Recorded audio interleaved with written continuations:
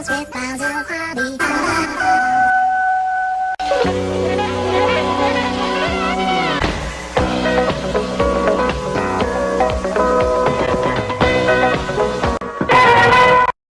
Hi, I'm Patrick McDonald, the Uber critic from HollywoodChicago.com and the Chicago Film Tour.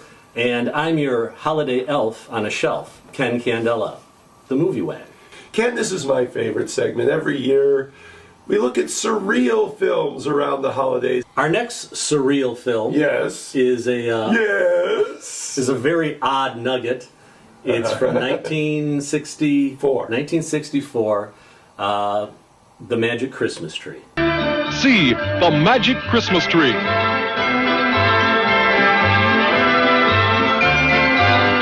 Ken, this was in the tradition of the kiddie matinee, where you would go and the great films of Ed Wood. Like 2 years ago when we looked at The Santa Claus, which is another kiddie matinee favorite, there seems to be no editing in this film. Oh, wait, funny you mention that. I thought so. Meatloaf. Here, Dave, I'll trade you. Oh, boy, gimme. Wait a minute. What? Every day for a year you've had a banana in your lunch, too. Yeah, I got one today. So what? Well, a meatloaf sandwich is worth more than a bologna sandwich. You gotta throw in the banana, too. The banana, too? Well, all right. So it starts out at Halloween. Yes. Okay, and there's three buddies. There's actually 3 holidays in this. Three buddies sitting around talking about, the local woman who, she's a witch. Yes. Okay, the odd old woman who lives in the neighborhood. What, did she have a name? Or I can't recall. Lady, This old weird woman. Why, Lucifer wouldn't hurt a fly. Yeah, but I'm not a fly.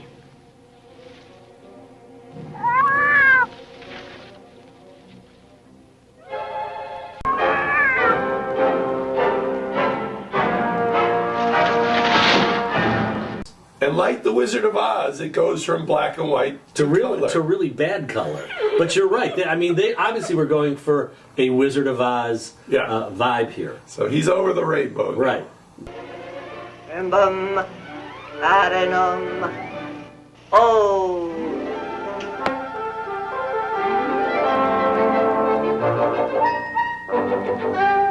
Within that ring is a secret compartment, and within that compartment is a magic seed. And he goes home, and it's a very odd dynamic in his house because Dad seems like you remind me of Sergeant Carter. Well, it seems like everybody's afraid of him. The wife is, she's kind of like, honey, don't be so. It's a strange relationship. It's a very strange relationship. There seems to be a lot of fear in that house. And then Sis Kid comes in, and you don't know where she's been. Hurry and finish dressing, dear. The stores will be crowded tonight, and we haven't much time. I'm almost finished, Mother. Are you ready, Henry? By the way, what are you planning on buying tonight? That's a secret between Diane and me. Now let's talk about the lawnmower scene. Yes. The classic lawnmower which runs scene. Endlessly. He's trying to start a lawnmower to cut his grass.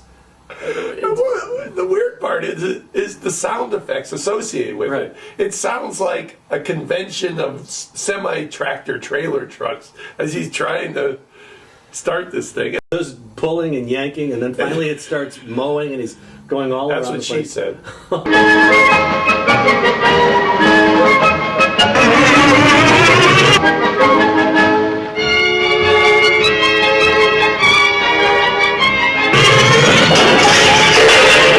Now the son, who is the possessor of the magic tree potion or seeds, he was a husky boy.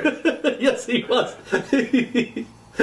You're casting somebody as your main boy. His pants were very, very tight on him. He filled out his school uniform.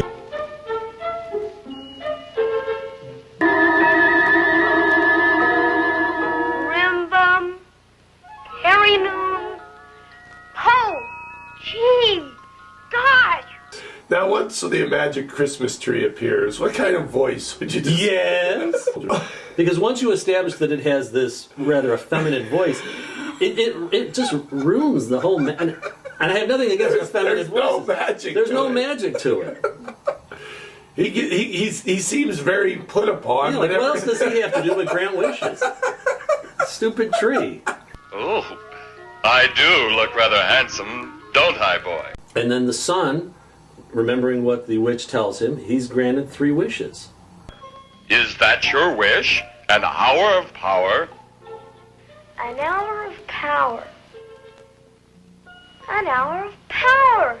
Hey, that's not bad. An hour of power. Oh, very well, so be it. But it has a very Keystone Cops quality to it. Absolutely. Because there's a fire engine and The guys are hanging on, and he keeps pointing his finger, and things are falling and exploding. Like a nurse and a doctor start throwing pies, and then they just start chasing each other.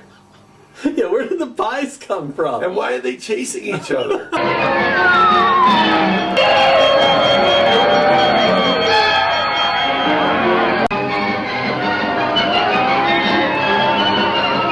So then his next wish, I believe, is to get to basically get Santa Claus all to himself. Rimbum. Terrinum. Oh! It is Santa Claus!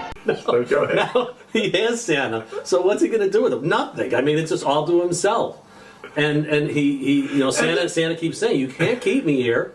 You know, I belong to all the world's children. Now, wouldn't you be screaming horribly, suddenly appearing in the... They all act like it's another day at the races. Magic Christmas tree, I'd like you to meet Santa Claus.